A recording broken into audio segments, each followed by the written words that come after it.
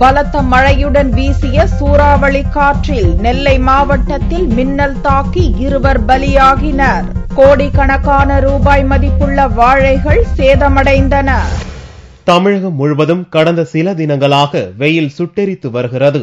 இதனிடையே கடந்த 2 தினங்களாக நெல்லை மாவட்டத்தில் லேசான மழை பெய்து வந்த நிலையில் திங்கள் அன்று மாவட்டம் முழுவதும் பரவலாக சூறைக்காற்றுடன் பலத்த மழை பெய்தது.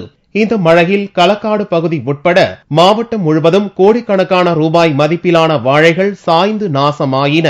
இதனால் விவசாயிகள் பெரும் வேதனை அடைந்துள்ளனர். இந்த மாதிரி வாழை போட்டிருக்கோம். இந்த மாதிரி 2 போனப்போ விளையாம நாங்கள் இந்த மாதிரி வாழை போட்டு ஒவ்வொரு கிணத்தண்டு தண்ணி அடிச்சு கண்ணு போட்டு 4 வெட்டிருக்கோம். 4 உரம் வச்சிருக்கோம். இந்த மாதிரி வெட்ட வேண்டியதுல கம்பெல்லாம் விட்டு எல்லாம் பருவம் பார்த்து இப்போ வெட்ட வேண்டியதுல இந்த மாதிரி காத்தடிச்சு எல்லாமே எங்களுக்கு சாஞ்சிட்டு எங்களுக்கு இதுலேருந்து எங்களுக்கு 1 பைசா துட்டு கூட முதல்ல எடுக்கல. அவ்வளோ எங்களுக்கு சாஞ்சி போச்சு. இந்த கவர்மெண்ட் பார்த்து எங்களுக்கு ஏதாவது செய்யணும். இதனிடையே மின்னல் தாக்கியதில் சனிக்கிழமை 3 பலியான நிலையில் திங்கள் அன்று இரவு களக்காடு கோவில்பத்து கிராமத்தில் 2 பலியாகி உள்ளனர்.